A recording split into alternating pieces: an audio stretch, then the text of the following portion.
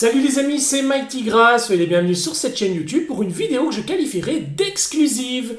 En effet, je ne suis pas certain que vous ayez déjà eu la chance d'avoir devant vos yeux les deux versions que voici de Shaka de la Vierge avec les fantômes comme ça juste derrière qui sont juste incroyables. De ce côté, vous avez la version Tsume qui date de 2014 et de ce côté, vous avez la version Zodiacos qui date de 2022. Cette version, je viens d'en faire l'acquisition grâce à la gentillesse et la sympathie de Jackie Chan, le patron de chez Zodiacos, qui m'a permis, grâce à ses petites recherches, de m'en trouver un. Parce qu'il faut savoir que cette statue est sortie il y a 2 ans et qu'il y avait rupture de stock partout. Mais c'est également grâce à la société Kyoland qui s'est chargée du transport, les amis. Kyoland, c'est une société incroyable par laquelle je passe systématiquement pour l'achat de mes statues. Vous pouvez retrouver le lien de cette boutique incroyable dans la description de la vidéo. Vous allez voir, vous y retrouverez vraiment toutes les pépites que vous recherchez. S'il y a un truc en particulier que vous recherchez et que vous ne trouvez nulle part, adressez un petit mot à Victor, il y a une rubrique bien spécifique pour ça, et il se fera un plaisir de vous trouver la statue, et je peux vous garantir qu'il mettra tout en œuvre pour vous la trouver, et il y a de grandes chances qu'il vous la trouve. Il n'y aura pas d'unboxing dans cette vidéo, mais bien une explication à vos nombreuses interrogations sur les réseaux sociaux. En effet, j'ai posté quelques photos de cette nouvelle acquisition, et nombreux d'entre vous m'ont posé la question, mais pourquoi avoir acheté la version Zodiacos alors que tu possédais la version Tsume? Ou inversement, tu as bien fait d'acheter la version Zodiacos, la version de Tsume est trop vieille, devenue beaucoup trop obsolète, et tu as bien fait de passer sur la nouvelle version. Et à travers cette vidéo, je vais vous expliquer pourquoi j'ai acheté cette version, mais surtout pourquoi j'ai conservé la version plus ancienne de Tsume, les amis. Bien entendu, dans cette vidéo, je ne vais ni dénigrer ni vanter l'une ou l'autre licence, mais bien vous expliquer pourquoi mon cœur a balancé sur les deux statues et non pas sur une seule. Je suis avant tout un passionné, non pas d'une marque, mais du produit et surtout de la licence Senseiya, les amis. Je vous propose donc de lancer immédiatement le générique et d'aller à la rencontre de ces deux Shaka, les amis. C'est parti, générique.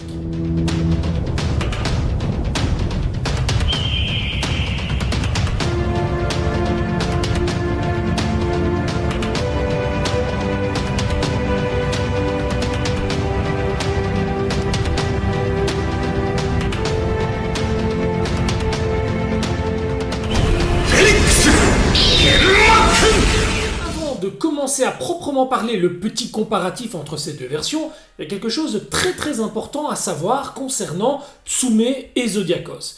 C'est que Jackie Chan, le patron, le PDG de la société Zodiacos, est un collectionneur de statues Tsume. Et oui les amis, contrairement à ce qu'on pourrait penser, ce n'est pas parce que Jackie Chan a sa propre société de statues qu'il ne peut pas être fan d'une autre société concurrente si on peut dire. Il faut savoir que Jackie Chan est avant tout un passionné et un collectionneur dans l'âme. Il possède à ce jour toutes les statues de chez Tsume. Vous ne verrez jamais Jackie Chan lancer un débat ou critiquer telle ou telle statue sur les réseaux sociaux. Preuve en est, cette statue de chez Tsume sortie en 2014 a longuement inspiré Jackie Chan de chez Zodiacos dans sa nouvelle version de 2022. Il est clair également que le côté beaucoup plus récent et beaucoup plus imposant et cette réalisation beaucoup plus fine qu'est celle de Zodiacos se doit aujourd'hui grâce à la nouvelle technologie, grâce au nouveau système d'impression que l'on n'avait pas forcément en 2014 au moment où Tsume a sorti ce Shaka, les amis. À l'époque, il fallait faire avec les moyens du bord et Tsume reste le précurseur en la matière. Il n'y avait pas d'autres statues Shaka à l'époque avant que Tsume se lance dans l'aventure. Cette statue a donc longuement inspiré Zodiacos pour sa réalisation. Bien que celle-ci soit différente sur le concept, le caractère design reste identique. C'est la raison pour laquelle aujourd'hui j'ai voulu faire l'acquisition de ces deux statues. Je n'y vois absolument aucune concurrence, mais bien une suite logique, évolutive de cette pièce à travers celle-ci. Il est bien entendu logique que si Tsume devait ressortir aujourd'hui un Shaka de la Vierge avec les nouvelles technologies que nous avons aujourd'hui en 2024 ou même en 2022, on aurait droit à quelque chose de bien plus important, de conséquent et de beaucoup plus fidèle à la génération actuelle. Mais vous le savez, Tsume s'attaque à un produit et ne le refait pas. Et on a donc droit à ce shaka, et je pense pour l'éternité. Il ne sera donc absolument pas revu, en tout cas dans sa version HQS. Bien entendu, nous avons droit à la version Ikigai, qui est une autre série dont je ne parlerai pas dans cette vidéo. Alors, il y a un truc, moi, qui me dérange un petit peu dans ce qu'on peut dire de temps en temps sur les produits de chez Tsume. Et là, je vais vraiment expliquer un peu mon fond de pensée. Vous allez voir que si vous êtes attentif et ouvert à ce que je vais vous dire, vous pouvez changer d'avis. Souvent, j'entends que la gamme Tsume n'est pas du tout respectée quant à la première et la dernière statue au niveau de l'évolution, et que forcément, en vitrine, c'est pas forcément quelque chose qui suit une logique au niveau du design des statues. Et je peux tout à fait comprendre ce concept. Quand vous prenez une société comme Zodiacos, ça va très vite, les statues sortent très rapidement et vous avez quelque chose de très homogène, de très symétrique au niveau du caractère design, au niveau de la conception, etc.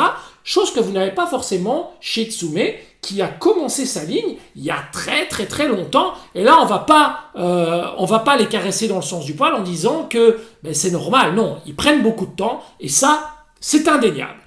Malgré tout, il y a un petit côté que je trouve très sympa et que je voudrais vous expliquer parce que vous allez voir que vous allez comprendre.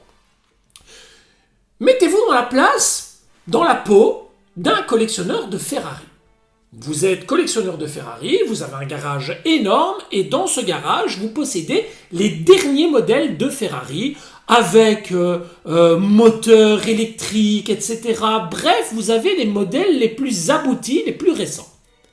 Et dans le fond de votre garage, vous avez des modèles un peu plus anciens. Une GTO, une F40, ce genre de modèles qui aujourd'hui n'ont absolument plus aucun rapport avec la nouvelle collection de modèles de chez Ferrari. Vous n'avez ni air conditionné, ni vitre électrique, vous êtes encore sur le bon vieux manuel, et limite, ça paraît très obsolète comparativement aux nouvelles Ferrari. Et pourtant, elles sont dans le garage parce que ce sont des modèles de légende et des modèles de collection. Je ressens un peu ce concept avec mes statues Tsume, parce que je les possède toutes, les versions HQS. Ça part du Iki, au Saga, au Shaka, au Lion, bref, toutes les HQS, je les possède à ce jour. Et j'aime bien ce côté évolutif, ce côté légendaire qu'on ne retrouve pas forcément chez Zodiacos ou Gmail qui commence. Ça va très vite et donc vous allez avoir toutes les statues qui se complètent. Ce qui n'est pas le cas chez Tsume. Mais il y a ce côté évolutif que moi j'aime beaucoup. Vous prenez la première statue qui était Iki, si je ne m'abuse, et vous arrivez aujourd'hui à un Shura du Capricorne. Waouh, quelle évolution! Moi j'aime bien. J'aime bien voir ce côté évolutif, ce côté collection. Et c'est un truc que j'affectionne. Alors, tout le monde n'est pas forcément fan de ce concept, mais moi j'aime bien. Je peux me permettre aujourd'hui de me diriger vers différents constructeurs. Le côté légende, je l'attribue à Tsume, parce qu'il faut quand même l'avouer, c'est quand même le précurseur de la statue. C'est quand même lui qui a lancé le concept Senseiya au niveau de la statue. Les autres ont suivi.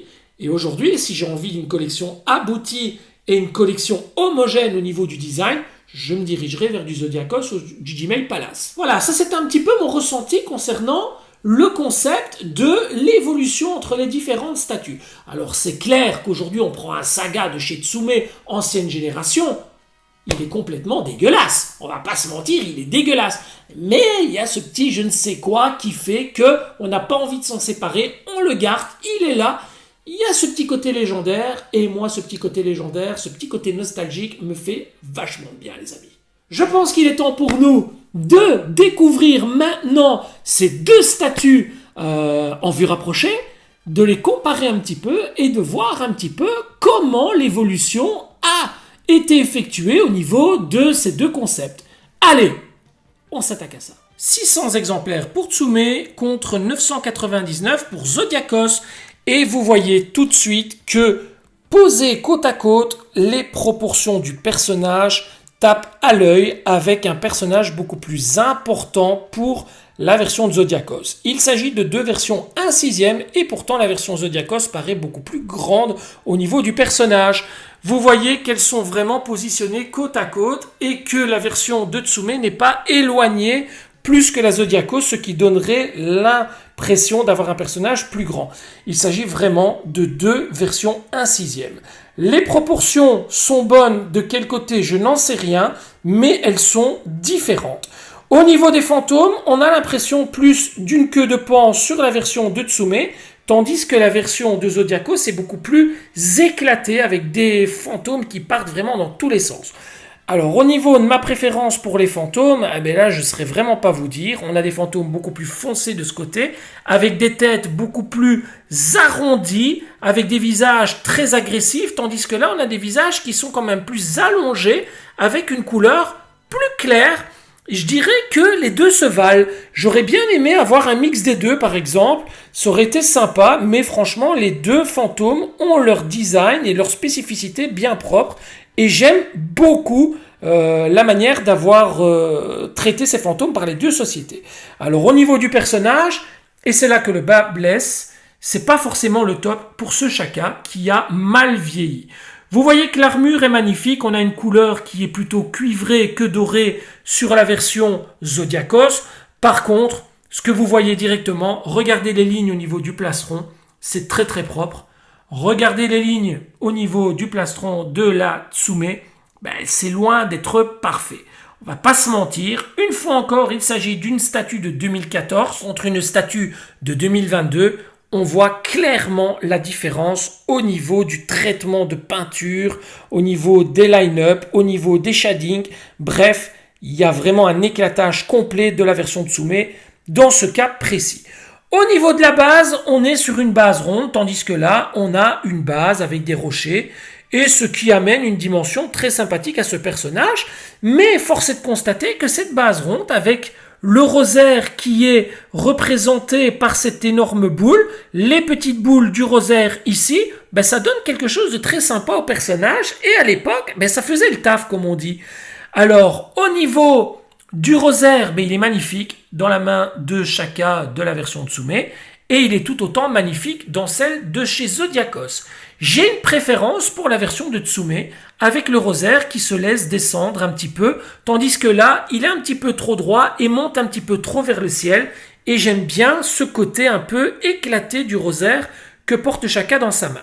Les poses sont identiques, avec seule différence ici, Tsume n'a pas voulu plier l'épaulette, tandis que Zodiacos l'a fait. Pendant longtemps, je me suis interrogé sur la capacité qu'a un chevalier à plier son armure en or, et a priori, j'aurais dit que Tsume était plus dans le juste, parce qu'une armure ne se plie pas, et on m'a fait remarquer que c'était un vêtement de corps, et qu'elle pouvait très bien épouser la silhouette du personnage, et c'est une chose qui se vérifie parce que la ceinture de la version Tsume se plie également. Vous voyez, elle n'est pas droite, tout comme la version de chez Zodiacos. Bref, deux versions totalement différentes, mais pour autant qui se complètent. Honnêtement, il s'agit vraiment de deux belles statues. Au niveau de la chevelure, on est sur un jaune un peu plus clair sur la version de Zodiacos, tandis que sur la version de Tsume, on a quelque chose d'un peu plus jaune, avec des reflets un peu noircis, un peu bruns. J'aime beaucoup aussi cette configuration. Le visage, par contre, et la couleur de la peau sont beaucoup plus blancs sur la version de Tsume, tandis que là, on a une couleur qui est un petit peu plus bronzée, sans pour autant être non plus chocolat noisette. Et voilà les amis, quoi de mieux que de répondre à une question par une vidéo plus explicite. Vous avez les deux personnages de chacun des deux compagnies différentes devant les yeux et vous avez maintenant la réponse à vos interrogations concernant mon choix d'avoir les deux statues chez moi au sein de ma collection. Merci beaucoup à vous d'être venus sur cette chaîne, merci beaucoup à vous pour votre fidélité. Si ce n'est pas encore fait, n'oubliez pas de vous abonner à la chaîne et d'activer la petite clochette pour recevoir les notifications. Cela vous permettra entre autres d'avoir toutes les notifications pour les futures vidéos et Dieu sait qu'il y en a pas mal à venir sur la chaîne. N'oubliez pas non plus de laisser un pouce, un commentaire au choix si vous le désirez. Et surtout, si vous avez des questions, laissez-les dans les commentaires, je me ferai un plaisir d'y répondre. En attendant, on se retrouve très bientôt pour une prochaine vidéo les amis. Longue vie à vous, prenez soin de votre famille, de vos proches, c'est là tout l'essentiel. Je vous embrasse, ciao ciao et encore merci pour votre fidélité.